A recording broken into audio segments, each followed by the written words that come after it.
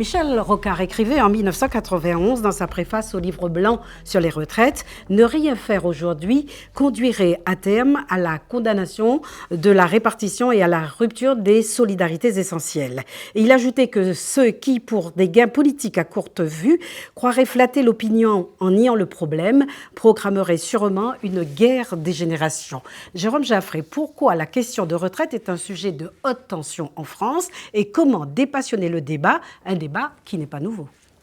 Dépassionner le débat est pratiquement impossible. C'est un débat par définition passionné pour plusieurs raisons.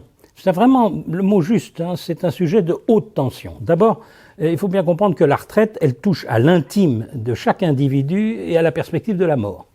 C'est-à-dire, en d'autres termes, une situation dans laquelle chacun se regarde.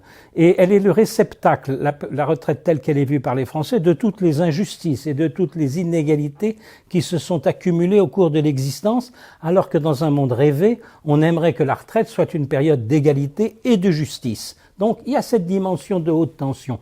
Mais vous me direz bien sûr que c'est le cas dans tous les pays. Et il y a d'autres pays qui ont accepté beaucoup plus facilement qu'on retarde l'âge de la retraite. Alors, en France, il y a deux particularités que je soulignerai. La première, c'est d'abord que l'âge de la retraite est devenu une conquête sociale dans notre vie politique. Ça, c'est la fameuse réforme des 60 ans de 1980-82 sous François Mitterrand élu. La retraite jusque-là, l'âge légal était à 65 ans. Il a été ramené à 60 ans comme grande réforme sociale. Mais du coup, on est sorti du système de répartition et du système d'équilibre entre les cotisations et les pensions pour devenir un système de modèle social et de conquête sociale. Donc c'est un coup de canif dans le modèle social qui est porté chaque fois qu'on y touche maintenant, et évidemment ça ne soulève aucune satisfaction, bien entendu. Et l'autre élément français particulier qu'il faut souligner, c'est une mauvaise relation des Français, des salariés au travail. Et là, c'est le biais fondamental de la réforme récente, c'est qu'il y a une souffrance de beaucoup de Français au travail et qui fait du coup que imposer aux Français 2 années de travail supplémentaires est perçu comme quelque chose de dur, de difficile. Parce qu'il y avait une interview récente de Philippe Diribarne dans le Figaro qui était intéressante là-dessus.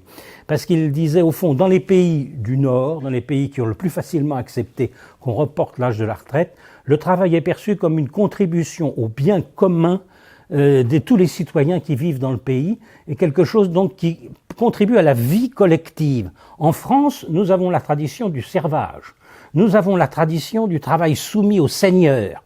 Et donc, vous dire, vous devez travailler davantage, 2 années de plus de servage, reste quelque chose dont on voit bien dans les manifestations, dans les slogans qu'il y avait, dans les pancartes que portaient les manifestants, cette dimension-là existait. En d'autres termes, une réforme de la retraite, c'est un équilibre entre la liberté et la solidarité.